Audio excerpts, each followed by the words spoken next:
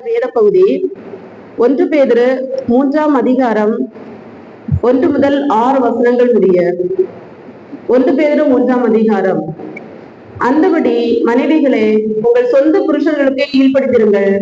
அப்பொழுது அவர்களில் யாராவது திருவசனத்திற்கு கீழ்ப்படியாதவர்களா இருந்தால் பயபக்தியோடு கூடிய உங்கள் கற்புள்ள நடக்கையை அவர்கள் பார்த்து போதனையின்றி மனைவிகளின் நடக்கைகளினாலே ஆதாயப்படுத்திக் கொள்ளப்படுவார்கள். மயிரை பின்னி பொன் ஆபரணங்களை அணிந்து உயர்ந்த வஸ்திரங்களை உடித்துக் கொள்ளுதல் ஆகிய புறம்பான அலங்கரிப்பு உங்களுக்கு அலங்காரமாய் இராமல் அழியாத அலங்கரிப்பாய் இருக்கிற சாந்தமும் அமைதலும் உள்ள ஆவியாகிய இருதயத்தில் மறைந்திருக்கிற குணமே உங்களுக்கு அலங்காரமாய் இருக்க கடவுது. அதுவே தேவனுடைய பார்வையில் விலையேற பெற்றது. இப்படியே பூர்வத்தில் தேவனிடத்தில் நம்பிக்கையா இருந்த பரிசுத்த ஸ்திரீகளும் தங்களுடைய புருஷர்களுக்கு கீழ்ப்படிந்து தங்களை அலங்கரித்தார்கள். அந்தபடியே சாராள் ஆபிரகாமை ஆண்டவன் என்று சொல்லி அவனுக்கு கீழ்ப்படிந்திருந்தால் நீங்கள் நன்மை செய்து ஒரு ஆபத்துக்கும் பயப்படாதிருந்தீர்களானால் அவளுக்கு பிள்ளைகளா இருப்பீர்கள். நாம் அனைவரும் நம்முடைய தலைகளை தாழ்த்தி ஜெபம் செய்வோம். பரிசுத்த கூட்டம் நடுவில் ஜோலி தேடும் சுத்த ஜோதியே ஆரூபியேயுவேளையில் ஆடியானெஞ்சுவாயிரோ ஆரூபியேயுவேளையில் ஆடியானெஞ்சுவாயிரோ சுத்தம்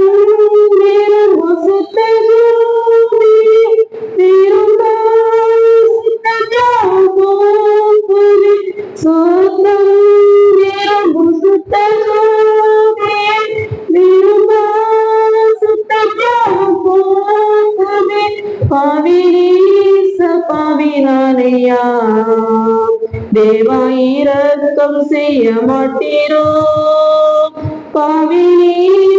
பாவினானையா தேவா இரக்கம் செய்ய மாட்டீரோ பரிசுத்தர் கூட்டம் நடுவில் ஜோலி தேடும் சுத்த ஜோதியே ஆரூபியேயுவேளையில் ஆடியானெஞ்சும் வாரீரோ ஆரூபியேயுவேளையில் ஆடியானெஞ்சும் வாரீரோ. சோதரிக்கிறோம் தகப்பனே, நன்றியோடு துதிக்கிறோம். இந்த அருமையான தகப்பனே, இந்த நாளின் காலை வேலைக்காக உங்களுக்கு நன்றி செலுத்துகிறோம் தகப்பனே. இந்த வேலையிலே கத்தாவே என்னுடைய வார்த்தையை நாங்கள் அப்பா தியானிப்பதற்காக இருக்கிறோம் கத்தாவே. நீதாமே எங்களோடு கூட பேசும்படியா ஜெபிக்கிற தகப்பனே. அப்பா நீர் என்னை மறைத்து ஆண்டவரே நீர் உண்மை வெளிப்படுத்தும்படியா இந்த சமுதிரை கெஞ்சி மாறாடுகிறோம் தகப்பனே. கேட்கிற ஒவ்வொருடைய இருதயத்தை தகப்பனே அப்பா நீ திறந்தரும்படியா ஜெபிக்கிறோம் கத்தாவே. கேட்ட சத்தியத்தை தகப்பனே எங்களுடைய வாழ்க்கையில நாங்கள் பயன்படுத்தி கொள்ள அப்பா எங்களுடைய வாழ்க்கையில நாங்கள் அதை அபியாசப்படுத்த கர்த்தருக்கு உதவி செய்யும்படியாய் ஜெபிக்கிறோம் கர்த்தாவே. நீர் இந்த இடத்துல கடந்து வரும்படியாய் ஜெபிக்கிறோம். எங்களை முழுவதுமாக வெத்த கோட்டைகளை மறைத்து பாதுகாத்துக் கொள்ளும்படியாய் ஜெபிக்கிறோம். மீட்பர் இயேசு கிறிஸ்துவின் நாமத்தில் கெஞ்சி மாறாடுகிற நல்ல பிதாவே, ஆமென். நாம் இந்த நாளிலே இந்த வாசிக்க கேட்ட வேத அதிகாரத்துல 3வது வசனத்தை நாம் பார்ப்போமேனால், மயிரை பின்னி பொன் ஆபரணங்களை அணிந்து உயர்ந்த வஸ்திரங்களை உடுத்துக் கொள்ளுதல் ஆகிய புறம்பான அலங்கரிப்பு உங்களுக்கு அலங்காரமா இராமல் அழியாத அலங்கரிப்பா இருக்கிற சாந்தமும் அமைதலுமுள்ள ஆவியாகிய இருதயத்தில் மறைந்திருக்கிற குணமே உங்களுக்கு அலங்காரமா இருக்க கடவுது. அதுவே தேவனுடைய பார்வையில் விலையேற பெற்றது. இங்க பார்க்கும்போது ஆண்டவர் இங்க சொல்லப்பட்டிருக்கிற வேத வார்த்தை எப்படி நம்மளை அலங்கரித்துக் கொள்ள வேண்டும் அப்படின்னு சொல்லப்பட்டிருக்கிறது, எப்படி நம்மளை அலங்கரித்துக் கொள்ள கூடாது என்று சொல்லப்பட்டிருக்கிறது.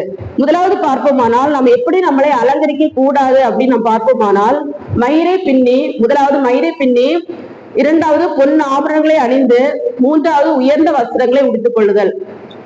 இப்ப பார்க்கும்போது மயிரை பின்னுதல் என்கிறது அப்படின்னா முற்காலத்துல எல்லாருமே நார்மலா தான் தர வருவாங்க. ஆனா இப்ப உள்ள சூழ்நிலையை பார்க்கும்போது யூடியூப்ல எல்லாம் பார்க்கும்போது ஒரு டிஃபரெண்டா வந்து முடியை எடுத்து நிறைய டெக்கரேஷன் பண்ணி நிறைய காரியங்கள் வந்து யூடியூப்ல போடப்பட்டிருக்கிறது.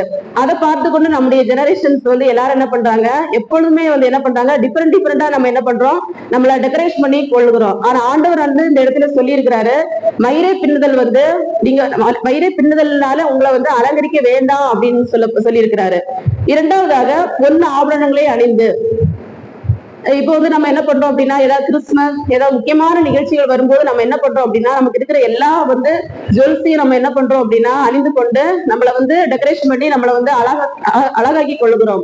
ஆனா அந்த அலங்கரிப்பு தேவனுடைய பார்வையில் எப்படி அப்படின்னா, ஆண்டவர் சொல்றாரு, அது வந்து உங்களுக்கு அலங்காரமா இருக்க வேண்டாம், நீங்க வந்து உங்களை அலங்கரிக்க அப்படியெல்லாம் வேண்டாம் அப்படின்னு சொல்லி இருக்கிறாரு. மூன்றாவதாக உயர்ந்த வஸ்திரங்களை உடுத்திக் கொள்ளுதல்.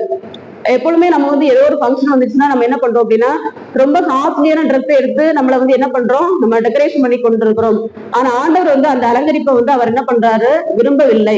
இந்த 3 அலங்கரிப்பையும் ஆண்டவர் வந்து என்ன பண்ணல, விரும்பல. இந்த மாதிரி நம்மளை வந்து அலங்கரிக்க வேண்டாம் அப்படின்னு சொல்லிட்டு ஆண்டவர் சொல்லுகிறாரு. அடுத்த வசனத்துல பார்க்கும்போது அழியாத அலங்கரிப்பா இருக்கிற அப்படின்னு ஆரம்பிச்சிருக்காங்க. அப்ப முந்தின வசனத்துல வந்து பார்க்கும்போது அதெல்லாம் அழிந்து போகும் அப்படின்னு சொல்லிட்டு மறைமுகமா சொல்லப்பட்டிருக்கிறது. அழியாத அலங்கரிப்பா இருக்க சாந்தம். அப்ப நமக்கு வேண்டிய குணநலங்கள் என்ன அப்படின்னா, முதலாவது சாந்த குணம் நமக்கு வந்து இருக்க வேண்டும். மத்தேயு 5ஆம் அதிகாரம் 5ஆம் வசனத்தில் சொல்லப்பட்டிருக்கிறது, சாந்த குணம் உள்ளவர்கள் பாக்கியவான்கள், அவர்கள் பூமியை சுதந்திரித்துக் கொள்வார்கள். அப்ப ஆண்டவர் எதிர்பார்க்கிற அலங்கரிப்பு அப்படின்னா நம்முடைய வாழ்க்கையில சாந்த குணம் இருக்க வேண்டும். அந்த சாந்த குணம் இருந்தால் ஆண்டவர் வந்து அது வந்து தேவனுடைய பார்வையில் விலையேறப்பட்ட ஒன்றதாக காணப்படுகிறதா. பிலிப்பியர் 4ஆம் அதிகாரம் 5ஆம் வசனத்தில் சொல்லப்பட்டிருக்கிறது, உங்கள் சாந்த குணம் எல்லா மனிதருக்கும் தெரிந்திருப்பதாக, ஒருவர் இருவருக்கும் மட்டுமல்ல. இப்ப நாம என்ன பண்ணுவோம் அப்படின்னா, நமக்கு பிடிச்சவங்க அவங்கள்ட்ட நம்ம அன்பா இருப்போம், நமக்கு ரொம்ப க்ளோஸ் ஃப்ரெண்ட்ஸ் அப்படின்னா அன்பா இருப்போம். மற்றவங்க ஏதோ சொன்னோம் அப்படின்னா நம்ம உடனே என்ன பண்ணுவோம், நம்ம எதிர்த்து பேசுவோம், அவங்கள்ட்ட சண்டை போடுவோம். ஆனா ஆண்டவர் சொல்லியிருக்கிறாரு, எல்லா மனிதருக்கும் தெரிந்திருப்பதாக. அப்ப நம்ம ஒருவர்கிட்ட கூட நம்ம என்ன பண்ணக்கூடாது, எதிர்த்து பேசி சண்டை போட்டுக்கிட்டு நம்முடைய சாந்த குணத்தை வந்து நம்ம வந்து இது பண்ணக்கூடாது. நம்முடைய சாந்த குணம் உள்ளவர்களாய் எந்த சூழ்நிலையிலும் நம்ம என்ன பண்ணணும், சாந்த குணம் உள்ளவர்களாய் நம்ம இருக்க வேண்டும். அதுதான் ஆண்டவருடைய பார்வையில விலையேற பெற்றது. அடுத்ததா பார்க்கும்போது அமைதலுள்ள ஆவி. 1 தீமோத்தேயு 2ஆம் அதிகாரம் 12ஆவது வசனத்தை எடுத்தவர்கள் வாசிக்கலாம். 1 தீமோத்தேயு 2:12.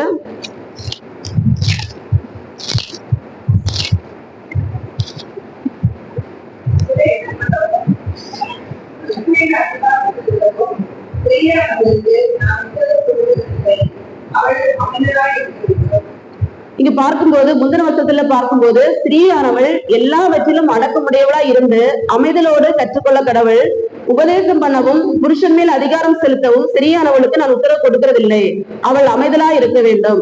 அப்ப ஆண்டவர் எதிர்பார்க்கிறது என்ன, பெண்களுக்கு அமைதலுள்ள ஆவி. நாம் வந்து எப்பொழுதும் எல்லா விஷயத்திலையும் என்ன பண்ண வேண்டும், அமைதலா இருக்க வேண்டும் அப்படின்னு சொல்லிட்டு ஆண்டவர் விரும்புகிறார். மூன்றாவது பார்க்கும்போது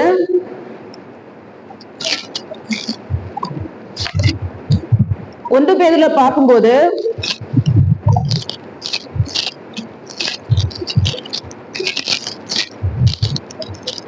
5ஆம் வசனத்தை பார்க்கும்போது, இப்படியே பூர்வத்தில் தேவனிடத்தில் நம்பிக்கை இருந்த பரிசுத்த ஸ்திரீகளும் தங்களுடைய புருஷர்களுக்கு கீழ்ப்படிந்து தங்களை அலங்கரித்தார்கள். அந்தபடியே சாராள் ஆபிரகாமை ஆண்டவன் என்று சொல்லி அவருக்கு கீழ்ப்படிந்திருந்தாள். நீங்கள் நன்மை செய்து ஒரு ஆபத்துக்கும் பயப்படாதிருந்தீர்களானால் அவளுக்கு பிள்ளைகளாய் இருப்பீர்கள். இங்க வந்து கீழ்ப்படிதல் என்கிற வார்த்தை சொல்லப்பட்டிருக்கிறது. புருஷர்களுக்கு நாம் எந்த சூழ்நிலையிலும் என்ன பண்ணோம் அப்படின்னா கீழ்ப்படிய வேண்டும் என்று சொல்லப்பட்டிருக்கிறது. அப்படியே என்ன பண்றாங்க அப்படின்னா, சாரால் என்ன பண்றாங்க, தன்னுடைய கணவருக்கு ஆண்டவன் என்று சொல்லிக் கொண்டு அவங்களுக்கு கீழ்ப்படிந்திருந்தால் என்று சொல்லப்பட்டிருக்கிறது.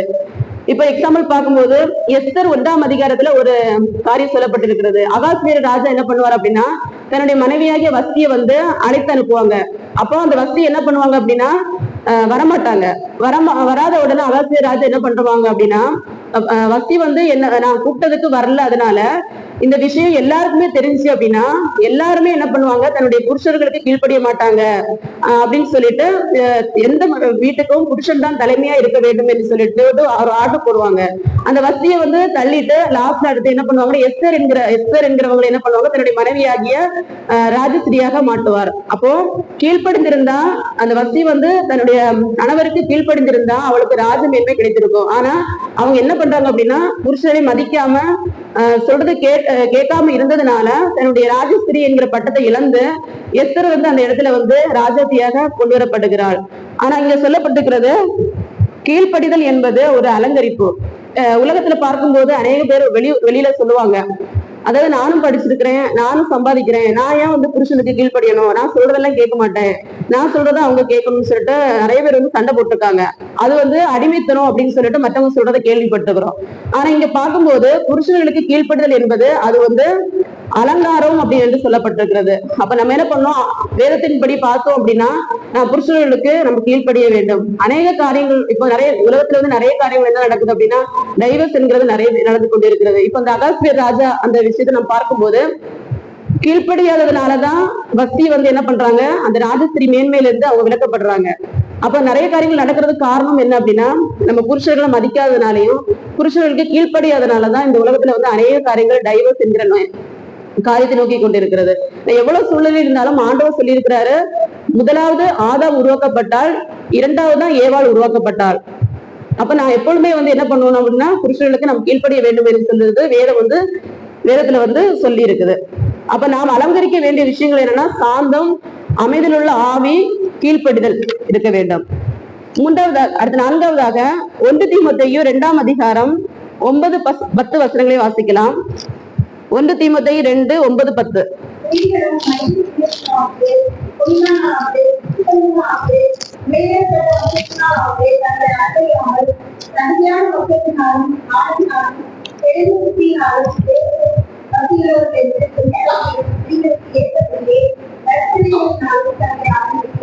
இங்கு பார்க்கும்போது தேவபக்தி உள்ளவர்கள் என்று சொல்லிக் கொள்ளுகிற ஸ்திரீகளுக்கு ஏற்றபடியே நற்கிரியைகளினாலும் தங்களை அலங்கரிக்க வேண்டும்.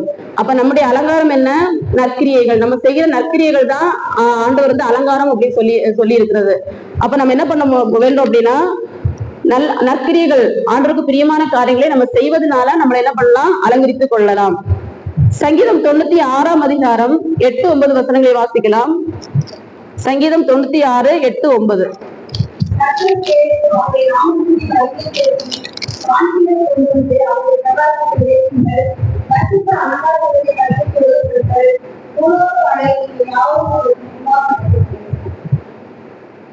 முதலாவதாக பார்க்கும்போது பரிசுத்த அலங்காரத்துடனே கர்த்தரை தொழுது கொள்ளுங்கள்.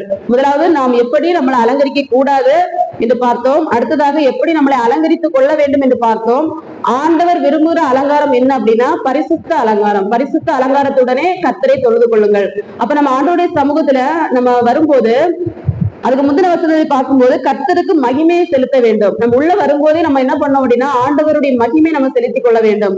இப்ப உங்க பார்க்கும்போது போதகர் வந்து ப்ரேயர் பண்ணிட்டு இருப்பாங்க, மற்றவங்க எல்லாம் நிறைய பேர் என்ன பண்றாங்க அப்படின்னா வேடிக்கை பார்த்து கொண்டு வாயை மூடிக்கொண்டு நம்ம என்ன பண்றோம் அப்படின்னா ஜெபம் பண்ணாதபடிக்கு உட்கார்ந்துட்டு தான் இருக்கிறோம். ஆனா நம்ம ஒவ்வொரு நாளும் உள்ள வரும்போது அவங்க பிரேயர் பண்ணும்போதும் நம்ம சேர்ந்து நம்ம என்ன பண்ணணும்னா கர்த்தருக்கு மகிமை என்ன பண்ணணும், செலுத்தணும். ஆண்டவர் ஒவ்வொரு நாளும் நம்மளை பாதுகாத்து கொண்டார் அப்படின்னு சொல்லி நம்ம ஒவ்வொரு நாளும் அவருடைய நாமத்தை சொல்லி நம்ம என்ன பண்ணணும், அவருக்கு ஸ்தோத்திரங்களை செலுத்த வேண்டும் என்று இங்க சொல்லப்பட்டிருக்கிறது. அப்போ ஆலயத்துக்குள்ள வரும்போது நம்ம மௌனமா இருக்கக்கூடாது. அவருடைய நாமத்தை சொல்லி அவர் என்ன பண்ணணும், குதிச்சுட்டே இருக்கணும் அப்படின்னு சொல்லிட்டு வேதம் சொல்லுகிறது. இரண்டாவதாக காணிக்கைகளை கொண்டு வர வேண்டும். ஆண்டுடைய சமூகத்தில் வரும்போது நம்ம வெறுங்கையாய் வராதபடிக்கு நம்ம காணிக்கைகளை நம்ம செலுத்தி கொள்ள வேண்டும். மூன்றாவதாக அவருக்கு முன்பாக நடுங்க வேண்டும் என்று சொல்லப்பட்டிருக்கிறது. நாம் என்ன பண்றோம் அப்படின்னா முழங்கால் படிக்கிட்டு கூட இப்ப எல்லாம் மனசு இல்லை, உட்கார்ந்துட்டே நம்ம என்ன பண்றோம், அமைதியாவே இருந்துகிட்டே வரோம், மெசேஜ் கேட்கிறோம், போறோம். அந்த மாதிரி தான் நம்ம இருந்து கொண்டிருக்கிறோம். ஆனா ஆண்டவர் சொல்லப்பட்டிருக்கிறது நடுங்க வேண்டும், அவருடைய வசனத்துக்கு நடுங்கிறவனையே நோக்கி பார்த்தேன் அப்படின்னு சொல்லப்பட்டிருக்கிறது. அப்ப ஆண்டோடைய சமூகத்துல நம்ம வரும்போது முழங்கால் படிட்டு நம்மளை தாழ்த்தி ஆண்டவருக்கு அவருடைய நாமத்துக்குரிய மகிமையை செலுத்தி நம்ம ஜெபம் பண்ணும் போது அதுதான் பரிசுத்த அலங்காரம். நம்ம வரோம், சர்ச்சுக்கு வரோம், மெசேஜ் கேட்கிறோம், போறோம் என்று இல்லாதபடிக்கு பரிசுத்தமாய் ஒவ்வொரு நாளும் நம்ம என்ன பண்ணணும், பரிசுத்த அலங்காரத்துடன் ஆண்டவரை வந்து என்ன பண்ண வேண்டும், தொழுது கொள்ள வேண்டும். நீதிமொழிகள் 31ஆம் அதிகாரம் 30ஆம் வசனத்துல சௌந்தரிய வஞ்சனை உள்ளது, அழகும் வீண், கர்த்தருக்கு பயப்படுகிற ஸ்திரீயே புகழப்படுவாள். நம்மளை எவ்வளவுதான் நம்மளை டெக்கரேஷன் பண்ணி நம்மளை அழகுபடுத்தி கொண்டாலும் ஆண்டவர் சொல்றாரு அது எல்லாமே வேஸ்ட், அதெல்லாம் என்னது, அழிந்து போகிறது. யார் புகழப்படுவாள்? கர்த்தருக்கு பயப்படுகிற ஸ்திரீயே புகழப்படுவாள். அப்ப நம்மகிட்ட சாந்த குணம், அமைதியில் உள்ள ஆவி, கீழ்ப்படிதல், நற்கிரியைகள் என்கிற காரியங்கள் நமக்குள்ளாக இருக்கும் போது ஆண்டவர் அவங்களதான் என்ன பண்ணுவாரு, இந்த உலகத்துல புகழ் பெற்றவர்களாக மாற்றுவார். கர்த்தர் இந்த வார்த்தையை ஆசீர்வதிப்பாராக. ஜெபம் செய்வோம். மறவா இயேசு மறவா, ஒரு இமை பொழுதிலும் உன்னை மறவா. மறவா இயேசு மறவா, உன்னை உருவாக்கிய இயேசு மறவா. அழைத்தவர் உன்னை மறவா, அபிஷேகம் செய்தவர் மறவா. மனிதனின் அன்பு நிலை மாறினாலும் மகிமையின் தேவன் உன்னை மறவா. மனிதனின் அன்பு நிலை மாறினாலும் மகிமையின் தேவன் உன்னை மறவா. மகிமையின் தேவன் உன்னை மறவா. மறவா இயேசு மறவா, ஒரு இமை பொழுதிலும் உன்னை மறவா. மறவா இயேசு மறவா, உன்னை உருவாக்கிய இயேசு மறவா. ஸ்தோத்திரிக்கிற தகப்பனே, உமக்கு நன்றி செலுத்துற தகப்பனே. எங்களை ஒருபோதும் மறவாத தேவனாக எங்கள் மத்தியில் எங்களோடு கூட இருக்கிறீங்க ஏசப்பா. உலகத்தின் அன்பு ஆண்டவரே ஒருபோது ஒளிந்து போகிறது தகப்பனே, அழிந்து போகிறது. ஆனால் உம்முடைய அன்பு மட்டும் தகப்பனே எப்பொழுதுமே நிலைத்திருக்கிறது ராஜா. ஆண்டவரே ஏசப்பா, நாங்கள் ஒவ்வொரு நாளும் தகப்பனே உங்களுடைய அன்பிலே நிலைத்திருந்து தகப்பனே பரிசுத்தமா எங்களை பாதுகாத்துக் கொள்ளத்தக்கதான கிருபை நீ தரும்படியாய் ஜெபிக்கிற ஏசப்பா. பரிசுத்த அலங்காரத்துடனே கர்த்தரை தொழுது கொள்ளுங்கள். என் வேத வசனத்தின்படியாக ஆண்டவரே எங்களுடைய அலங்கரிப்பு வீணான அலங்கரிப்பா இல்லாதபடிக்கு ஆண்டவரே உமக்கு பிரியமான அலங்கரிப்பாய் நாங்கள் எங்களை அலங்கரித்துக் கொள்ள கர்த்தர் உதவி செய்யும்படியாய் ஜெபிக்கிற கர்த்தாவே. நாங்கள் ஒவ்வொரு நாளும் உடைய சமூகத்திலே வரும்போது ஆண்டவரே எங்களை முன்பாக நடுங்கி ஆண்டவருடைய சமூகத்திலே உடைய நாமத்தை மகிமையை செலுத்தி தகப்பனை பரிசுமாய் நாங்கள் உண்மை ஆராதிக்க கர்த்தர் எங்களுக்கு உதவி செய்யும்படியாய் ஜெபிக்கிற கர்த்தாவே. கேட்ட சத்தியத்தை நீ ஆசீர்வாதம் தரும்படியாய் ஜெபிக்கிற கர்த்தாவே. உடைய வாழ்க்கையில் அதை நாங்கள் பிரயோஜனப்படுத்திக் கொள்ள கர்த்தர் எங்களுக்கு உதவி செய்யும்படியாய் ஜெபிக்கிறோம். எங்களை முழுமையாக உடைய கர்த்தரை தாழ்த்தி அர்ப்பணிக்கிறோம், பொறுப்படுத்திக் கொள்ளும்படியாய் ஜெபிக்கிறோம். மீட்பர் இயேசு கிறிஸ்துவின் நாமத்தில் கெஞ்சி நடக்கிறோம் நல்ல பிதாவே, ஆமென்.